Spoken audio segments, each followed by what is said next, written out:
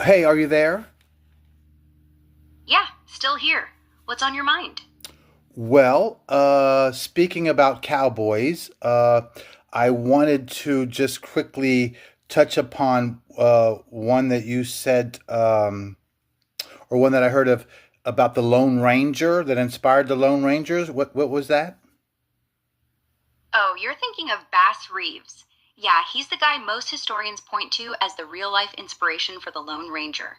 Born enslaved in Arkansas around 1830, he escaped during the Civil War, ended up in Indian Territory, now Oklahoma, and became a deputy U.S. Marshal.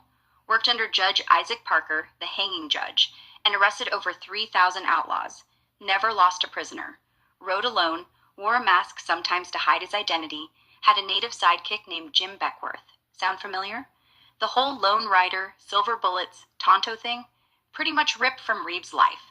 Just whitewashed for TV back in the 30s. No mask in real life, though. He was black, and folks knew it. Super tough dude, once tracked a guy for days through swamps just to bring him in.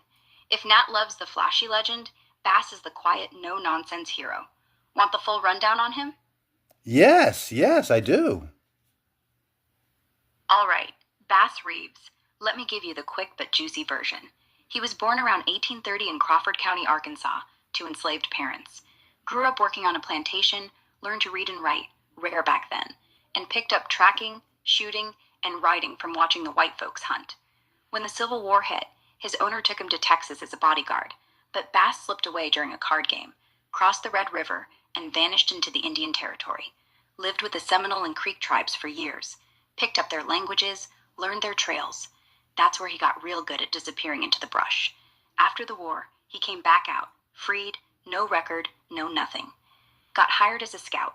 Then in 1875, Judge Isaac Parker, nicknamed the Hanging Judge, made him one of the first black deputy U.S. Marshals west of the Mississippi.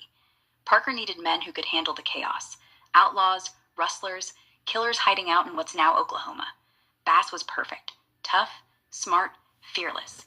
He'd ride out solo, sometimes for weeks, through swamps, mountains, blizzards, whatever. Arrested over 3,000 felons, more than any marshal in history, and yet never lost one to escape. Carried a big ol' Winchester, rode a white stallion, and wore disguises, like a farmer or a preacher, to See sneak that up on bad guys. See, that's One what's time, hold on. See, that's what's so fascinating, and that they've not told us. There's tons. I'm glad there's a Black History Month for this sole purpose of this to find out what's going on. That's a wonderful story. Who knew that it was inspired